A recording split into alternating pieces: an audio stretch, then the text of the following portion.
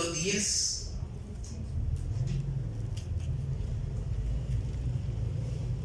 Hebreos 10, 25.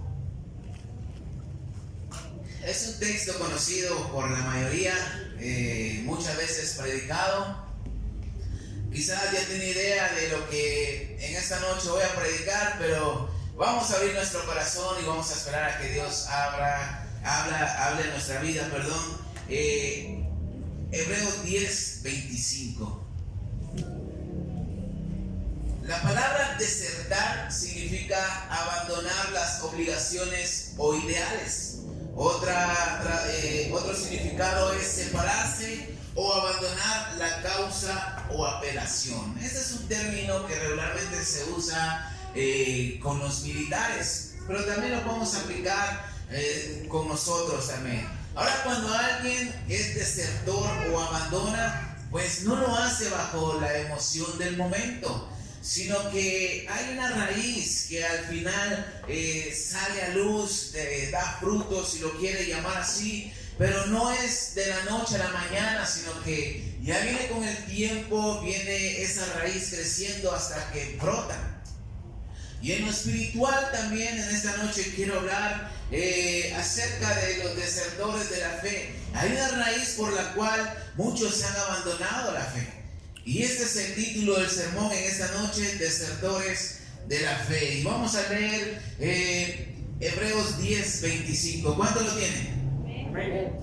Dice de la siguiente manera: no dejando de congregarnos como algunos tienen por costumbre, sino exhortándonos, y tanto más cuanto veis que aquel día se acerca. Vamos a orar en esta noche. Gracias te damos, Señor, por la oportunidad y el privilegio que nos das de estar delante de ti, mi Señor, para escuchar tu palabra en esta noche. Te pido, mi Señor, que seas tú hablando a cada uno de nuestros corazones, mi Señor, y que tu palabra sea eficaz en cada uno de nosotros. Abrimos nuestra mente, nuestro corazón, mi Señor, a tu palabra, mi Señor, y te pido que tu Espíritu Santo respalde mi vida, mis palabras en esta noche, mi Señor. En el nombre de Jesús, ten misericordia de nosotros. Le damos gracias y la iglesia dice un fuerte amén. Desertores de la fe. Quiero dar gracias a Dios por esta oportunidad y este privilegio. A mi pastor que está ausente, anda en la iglesia madre en Nogales, Sonora, México, y quiero darle las gracias a ustedes por venir y darle la bienvenida a quienes nos visitan por primera vez en esta noche. Desertores de la fe. Primeramente quiero hablar la fe involucrada al congregarnos. Ahora usted quizás se preguntará qué tiene que ver la fe con congregarnos. Y en esta noche quiero decirle que sí tiene mucho que ver, o quizás tiene todo que ver. Y lo vamos a ir viendo, lo vamos a ir desglosando poco a poco, y vamos a ir viendo lo que la palabra de Dios tiene para nosotros en esta noche. Ahora, todo el libro de Hebreos habla sobre Jesús, lo que Jesús es. La Biblia de estudio teológico y la Biblia de estudio Mateo Henry concuerdan que no hay autor definido, ni tampoco hay destinatarios a quien fue dirigida esta carta a los hebreos. Es una epístola de exhortación ante diferentes doctrinas y el peligro de abandonar la fe. Por eso la carta a los hebreos muestra a Jesús como superior a los ángeles, superior a Moisés, superior a Adán, superior a Josué también, y como el autor y consumador de la fe. O sea, Jesús es lo principal dentro del cristianismo. Por Él y para Él fueron hechas las cosas, como lo dice la Biblia en Hebreos 11. Ahora la carta va dirigida a las iglesias, y como iglesia en esta noche somos una congregación. Y por ende, valga la redundancia, si venimos a congregarnos. ¿Cuántos dicen amén? Ahora, la palabra iglesia, según el diccionario bíblico Holman, significa grupo de personas que profesan fe en Jesucristo, se reúnen para adorarlo y proclamar y animar a otros a convertirse en seguidores de Cristo. Me gusta esta definición. Grupo de personas que profesan fe en Jesucristo, se reúnen para adorarlo y procurar animar a otros a convertirse en seguidores de Cristo. Usted y yo venimos a este lugar a congregarnos como iglesia, Y nuestro propósito es adorar al Señor Jesús y recibir de su palabra. ¿Cuántos dicen amén? Venimos con ese propósito para ser llenos de Dios, porque tenemos la necesidad de Dios, tenemos esa dependencia. Pero ¿por qué comenzamos a congregarnos? Vamos a ver el contexto de lo que leímos. Nuestro texto principal, vamos a leer Hebreos 10 del 11 al 22. Dice: y ciertamente todo sacerdote está día tras día ministrando y ofreciendo muchas veces los mismos sacrificios, que nunca pueden quitar los pecados. Pero Cristo, habiendo ofrecido una vez para siempre un solo sacrificio por los pecados, se ha sentado a la diestra de Dios. De ahí en adelante esperando hasta que sus enemigos sean puestos por estrado de sus pies. Porque con una sola ofrenda hizo perfecto para siempre a los santificados. Y nos atestigua lo mismo el Espíritu Santo, porque después de haber dicho: este es el pacto que haré con ellos después de aquellos días, dice el Señor: pondré mis leyes en sus corazones y en sus mentes las escribiré, añade, y nunca más me acordaré de sus pecados y de sus transgresiones. Pues donde hay remisión de estos, no hay más ofrenda por el pecado. Así que, hermanos, teniendo libertad para entrar en el lugar santísimo por la sangre de Jesucristo, por el camino nuevo y vivo que por él abrió a través del velo, esto es, de su sangre, y teniendo un gran sumo sacerdote sobre la casa de Dios, acerquémonos con corazón sincero, en plena certidumbre de fe, purificados los corazones de mala conciencia y lavados los cuerpos con agua pura. Ahora, el congregarnos lo hacemos en esta noche porque primero Dios nos ha amado y ha entregado su vida por nosotros. Y lo hemos entendido. En segundo lugar, Dios nos ha perdonado y nos ha rociado con su sangre preciosa, purificando nuestros corazones de toda maldad, dándonos esa redención que necesitamos, esa redención divina. Y terceros, porque ahora tenemos la certidumbre en la fe, porque creemos en Jesús. Entonces el congregarnos implica que tenemos fe, y tener fe implica que nos estamos congregando. Se complementa una con la otra. El cambio ha sido real en nosotros porque Jesús es real y lo que hizo en la cruz también es real. ¿Cuánto lo creen? Antes quizás teníamos una religión.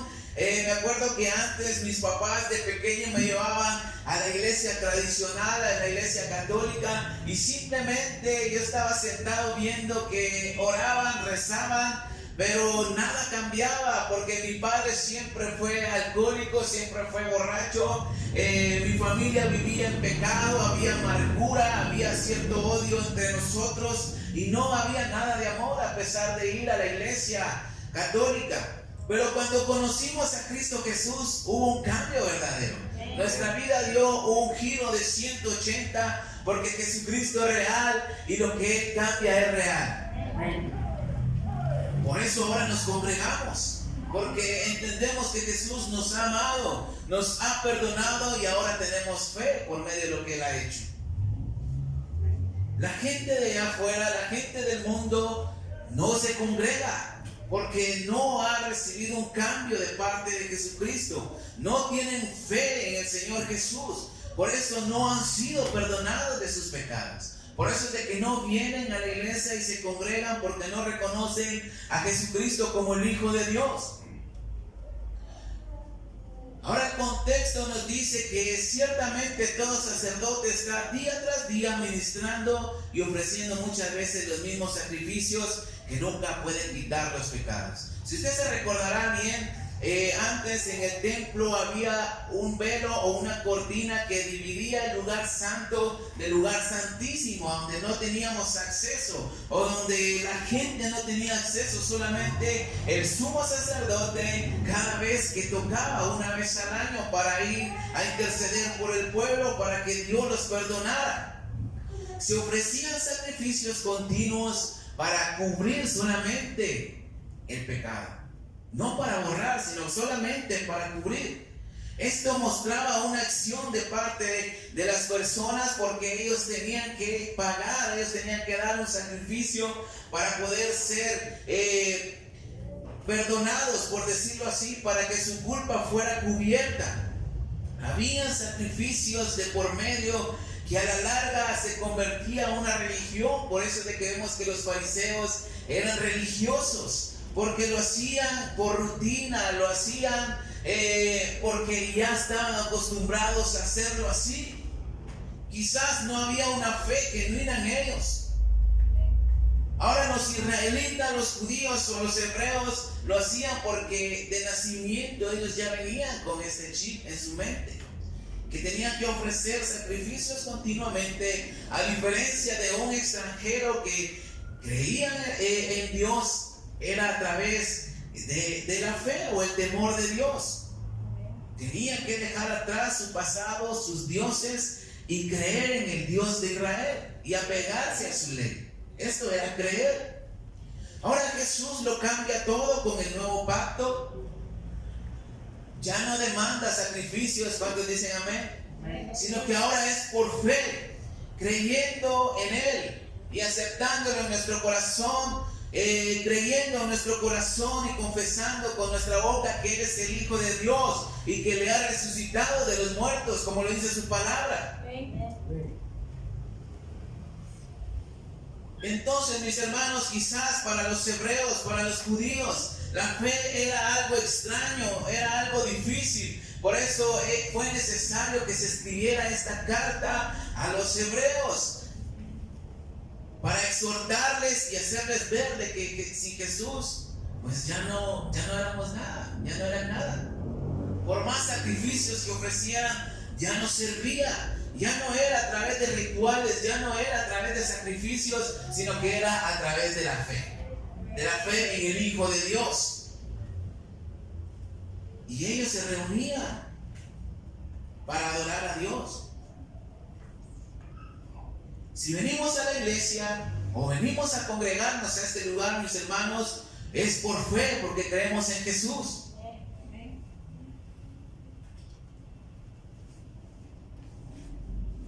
Ahora, segundamente quiero hablar los beneficios al congregarse. Hebreos 10:22 dice: acerquémonos con corazón sincero en plena certidumbre de fe, purificados los corazones de mala conciencia y lavados los cuerpos con agua pura. Antes no podían acercarse al lugar santísimo porque morían, no les era permitido. Porque Dios no habita donde hay pecado, y ese era el lugar santísimo, donde la presencia de Dios bajaba y no podía estar cualquier persona por el pecado. Ahora, por medio de Jesucristo podemos acercarnos aún siendo pecadores. ¿Cuántos dicen amén? Esto es la gracia de Dios.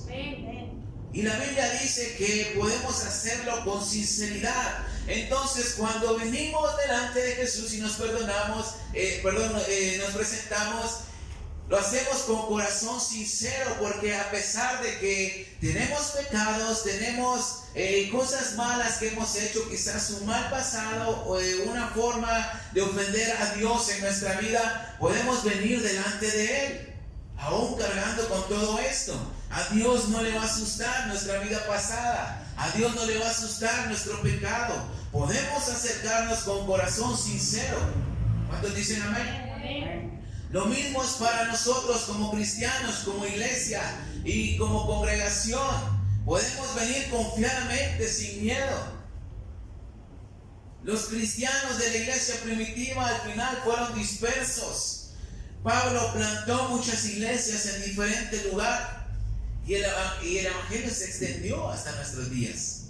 Entonces había muchas iglesias en muchos lugares del mundo. Ellos se congregaban con su grupo.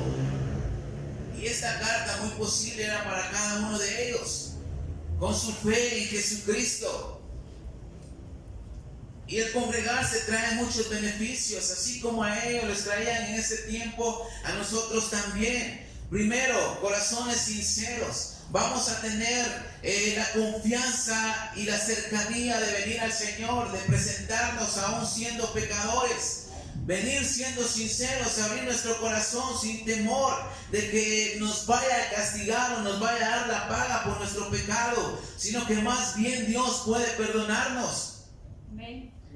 Y la sinceridad quita toda desconfianza y quita todo temor en nuestra vida. Cuando hay sinceridad, si usted tiene a alguien con quien puede ser sincero, usted va a ser quien es en realidad.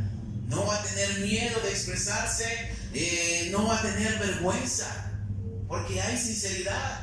De la misma forma podemos acercarnos con Jesucristo y abrir nuestro corazón. Entonces uno de los beneficios es que vamos a tener un corazón sincero delante de Él.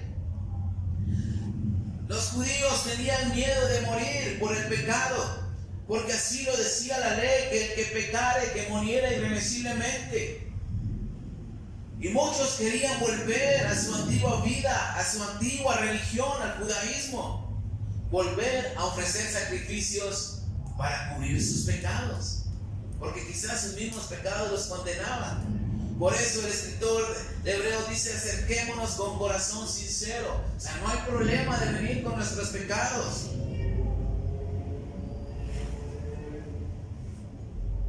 O sea, no hay problema. Podemos venir sinceramente delante de Dios. Entonces el beneficio es sinceridad y transparencia delante de Dios.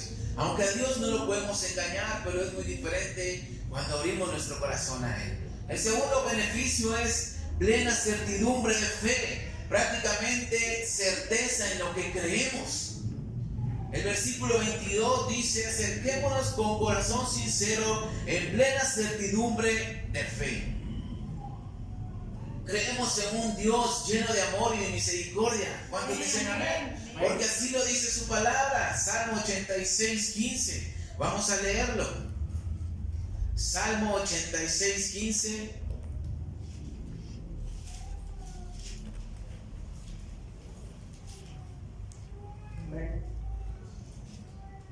Dice de la siguiente manera: mas tú, Señor, Dios misericordioso y clemente, lento para la ira y grande en misericordia y verdad. Lento para la ira y grande en misericordia y verdad. Y esta es la certeza de lo que estamos creyendo, que Dios tiene misericordia de nosotros. Y esto es por medio de la fe. El estar asistiendo o congregarse en sus iglesias o en las sinagogas en aquellos tiempos traía una fe plena en el Señor Jesucristo. Porque de eso se trata el libro de Hebreos. Algunos eran testigos oculares del Señor Jesús. Quizás otros eran creyentes por la predicación de los apóstoles, por medio de la fe. Escuchar la palabra de Dios aviva el fuego en nosotros y aumenta nuestra fe. Por eso es importante venir constantemente a la iglesia y congregarnos, porque vamos a alcanzar una fe plena en el Hijo de Dios. Y Romanos 10, 17 dice que la fe viene por el oír. Entonces, si venimos a la iglesia a congregarnos, a escuchar palabra de Dios, nuestra fe cada vez se va a conviccionar en nuestro corazón. Va a ser como una raíz que se va a profundizar cada vez más. Y vamos a ser inamovibles. Ya no vamos a creer en otras cosas, sino que solamente en el Señor Jesucristo. Una congregación donde no se predica la palabra de Dios no hace nada en las vidas. ¿Cuántos dicen amén? El tercer beneficio es que somos purificados en el corazón de las malas conciencias, como lo dice el versículo 22 del texto. Purificados los corazones de mala conciencia y lavados los cuerpos con agua pura. Ahora, quizás en aquellos tiempos ellos se sentían indignos a causa del pecado. Al fallar, se creían inmerecedores. Pero estas palabras debían transmitir ánimo a cada uno de ellos, aliento, porque asistiendo a la iglesia eran perdonados y confesaban sus pecados. El domingo de la noche prediqué acerca del fariseo y el publicano, y la Biblia dice acerca de esta historia, de esta parábola, que se encuentra en Lucas 18, que el fariseo oraba consigo mismo delante de Dios. Pero el publicano simplemente vino y se postró y pedía perdón por su pecado. Y la Biblia dice que este publicano regresó justificado mucho antes que el fariseo. Regresó a su casa con el perdón de Dios. Jesús lo dijo. Y déjeme decirle que la Biblia dice que el corazón es engañoso más que otra cosa y perverso. ¿Quién lo va a conocer? Solamente yo, dice Jehová. Por eso Jesús dijo que lo que contamina al hombre no es lo que ingerimos, sino que lo que hay dentro del corazón y sale. Lo que hay en el corazón es lo que nos daña. Entonces, cuando venimos a la iglesia, podemos venir confiadamente y el Señor puede perdonar nuestros pecados. ¿Cuántos dicen amén? Por eso es necesario venir y creer en Jesucristo, que Él puede perdonarnos. Abrir nuestro corazón.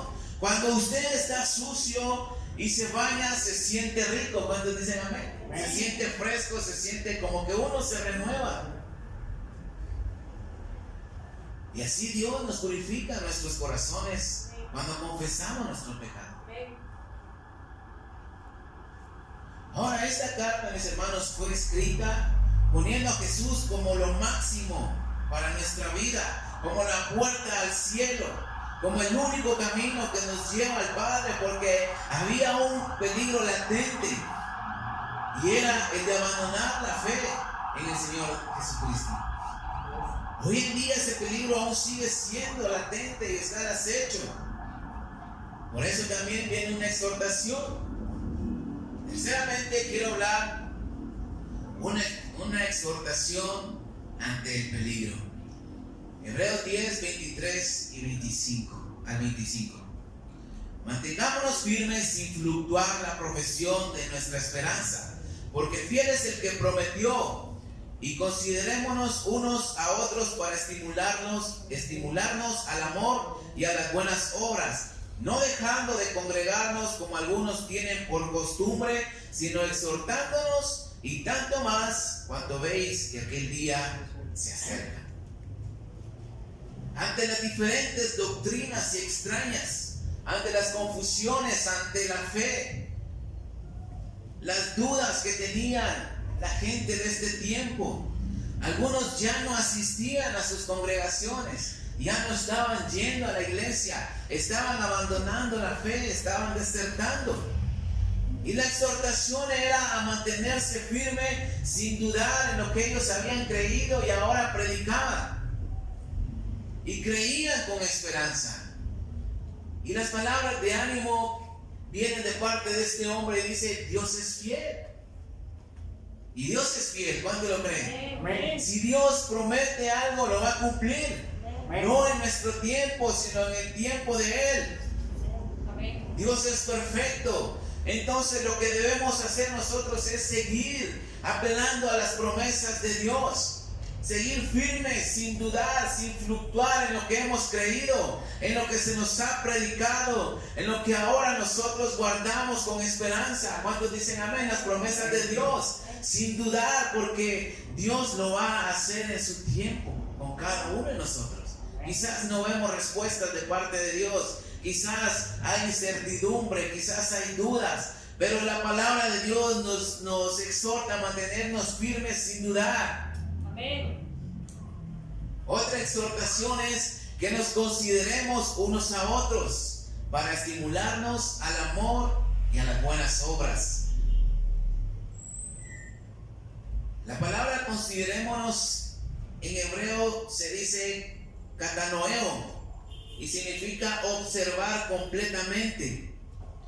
Ahora, esto era sin importar si eran judíos, si eran griegos, si eran romanos, o si eran otra clase de gentiles, o si eran los apóstoles.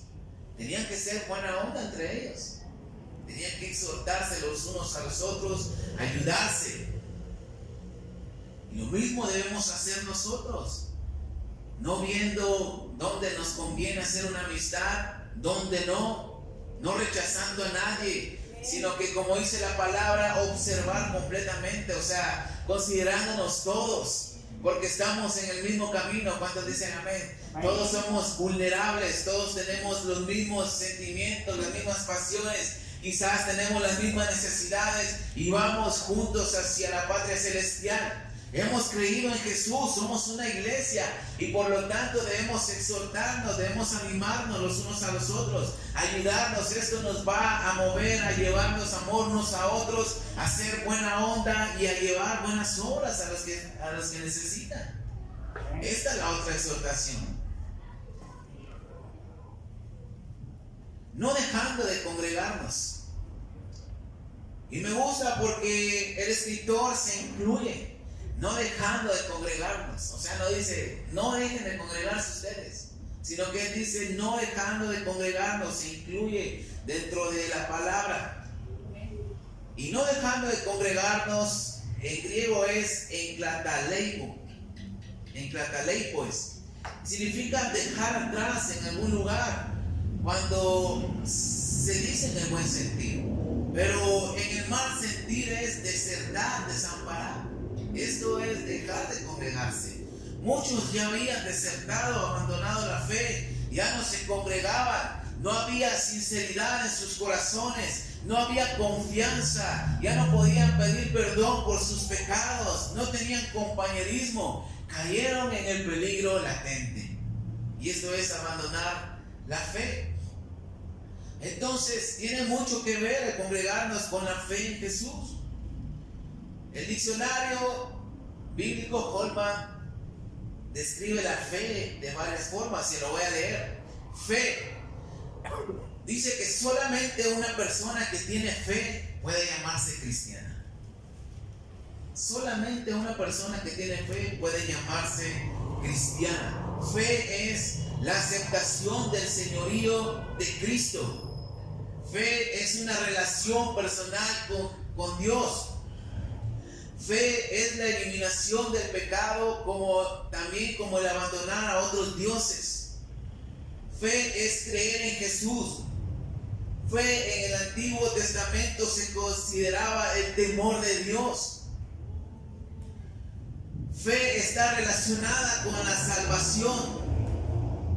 Fe es aceptar la responsabilidad del pacto con Dios y confiar en su palabra. Fe es acción. Fe es lo que se logró por medio de la muerte y la resurrección de Cristo Jesús. Esto es fe. Y todo esto lo perdían estas personas que dejaban de congregarse. Todo esto lo estaban perdiendo. Por eso la exhortación a no dejar de congregarse, a seguir viniendo, a seguir siendo fieles. Y no solamente se trata de no venir a la iglesia una vez, a un servicio, sino es perder la fe prácticamente. Es dejar toda relación con Cristo Jesús. El no dejar de congregarnos no significa desertar, abandonar la fe. A veces se puede manipular este texto. A veces, pues, nos pueden manipular cuando dicen amén. Cuando faltamos a un servicio por X o Y razón. No dejar de congregarse, mis hermanos, es ya no tener una congregación a donde ir. Ya no tener hermanos con quien tener compañerismo. Es ya no tener un lugar donde se nos anime. El dejar de congregarnos es no tener un lugar donde se nos predique la palabra de Dios. Es ya no tener un lugar donde venir a pedir perdón por nuestros pecados. Dios nos puede perdonar en cualquier lado, eso lo entendemos y eso es claro. Pero cuando ya no nos congregamos, se acaba la fe. Y a veces es mentira decir, estoy orando en mi casa, estoy pidiendo perdón en mi casa. Eso es difícil de creer. Dejar de congregarse, mis hermanos, es buscar otro medio de salvación fuera de Jesucristo. Es dejar afuera a Jesucristo en nuestra búsqueda por alcanzar el cielo y el reino de Dios. Sabemos que esto es imposible. Solamente hay un camino al cielo y se llama Jesucristo. Jesús lo dijo en Juan 14:6, que Él era el camino, la verdad y la vida, y nadie va al Padre si no es a través de Él. Hay hermanos que no vienen al servicio porque trabajan. Hay hermanos que a veces no se congregan por enfermedad. Hay hermanos que a veces no se congregan porque tienen la oportunidad de ir de vacaciones con la familia. Pero esto no significa desertar o abandonar la fe. No significa eso. Tenemos que comprenderlo bien. Hebreos 10:25 dice: no dejando de congregarnos como algunos tienen por costumbre. Y como les decía, muchas veces nos pueden manipular, nos pueden condenar y nos pueden mandar al infierno por no venir a un servicio. El dejar de congregarnos es abandonar la fe en su totalidad. Ahora, cuando no se viene por falta de ganas es diferente. Cuando hay desánimo, cuando ya no tenemos ganas de venir, cuando hay algo más importante que un servicio, ahí se corre un peligro, el peligro latente. Y vamos a leer Hebreos 10:26 al 31. Vamos a leer desde el 25. No dejando de congregarnos como algunos tienen por costumbre, sino exhortándonos, y tanto más cuanto veis que aquel día se acerca.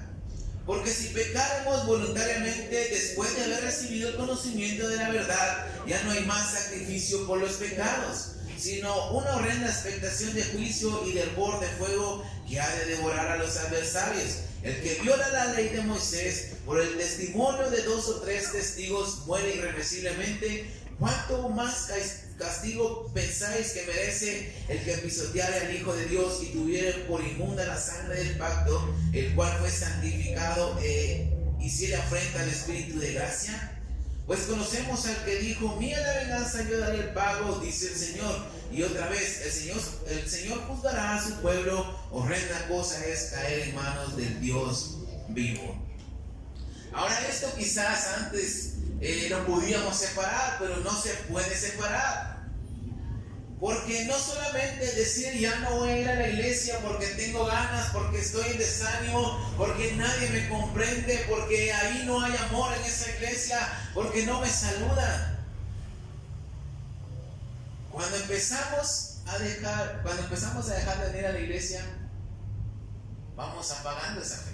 Esa fe va menguando hasta que después ya no hay fe en nosotros, ya no creemos en el Señor Jesús, que puede levantarnos una vez más, que puede hacer un milagro, que puede avivar el fuego del primer amor.